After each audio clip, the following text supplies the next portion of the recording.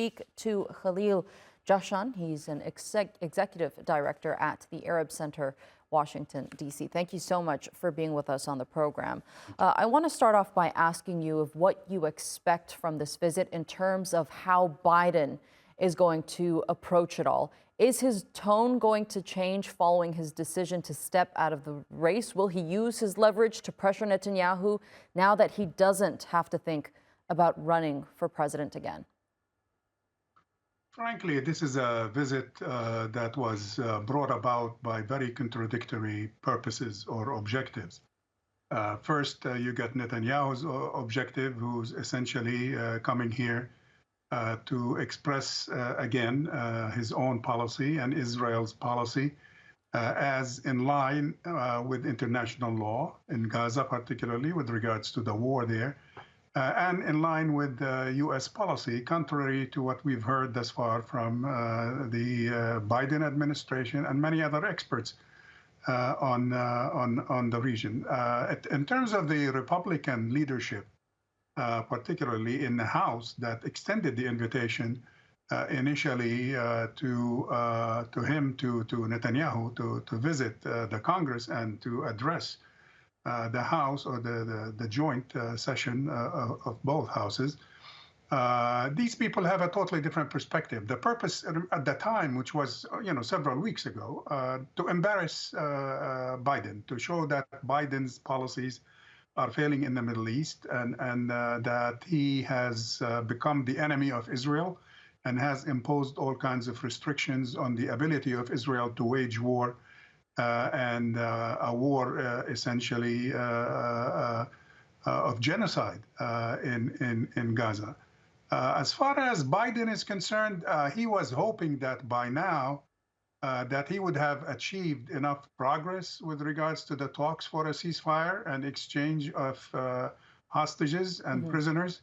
And he was hoping that that would be the occasion to announce it here in Washington. So I'm not sure any of the three parties are going to get their objective fully realized because it's been contradictory from the very beginning.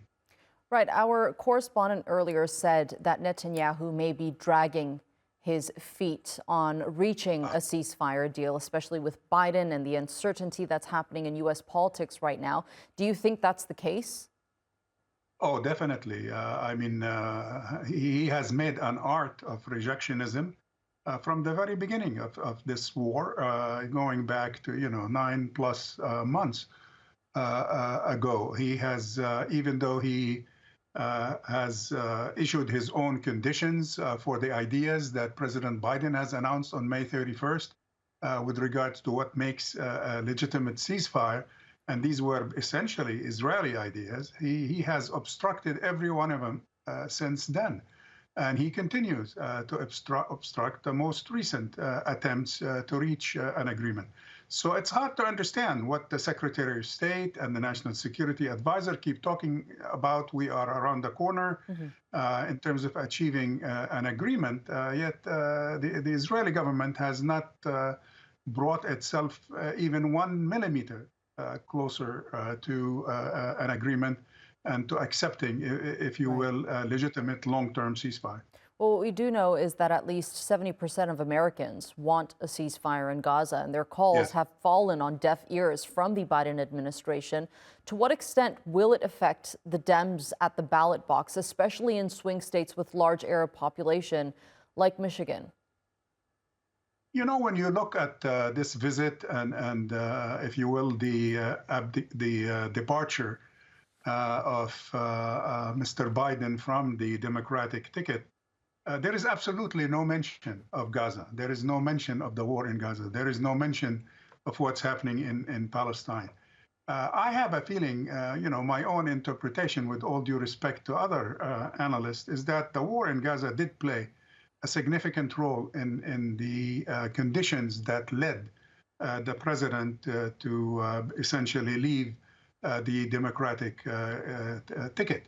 The reason they don't want to admit it is because they don't want to give Netanyahu a victory.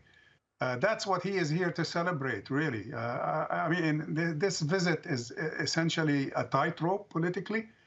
He is walking a tightrope, but at the same time, it is the ultimate goal, the ultimate chutzpah, as they say in Hebrew, in the sense that he derailed the career of a so-called 40-year friend of Israel. He totally derailed his career, and he's coming here to meet with him and to thank him for his support for Israel. It just doesn't make sense. Well, it's going to be interesting to see what comes out of this meeting. Khalil Jahshan, thank you so much for being with us here on TRT World and sharing that analysis with us.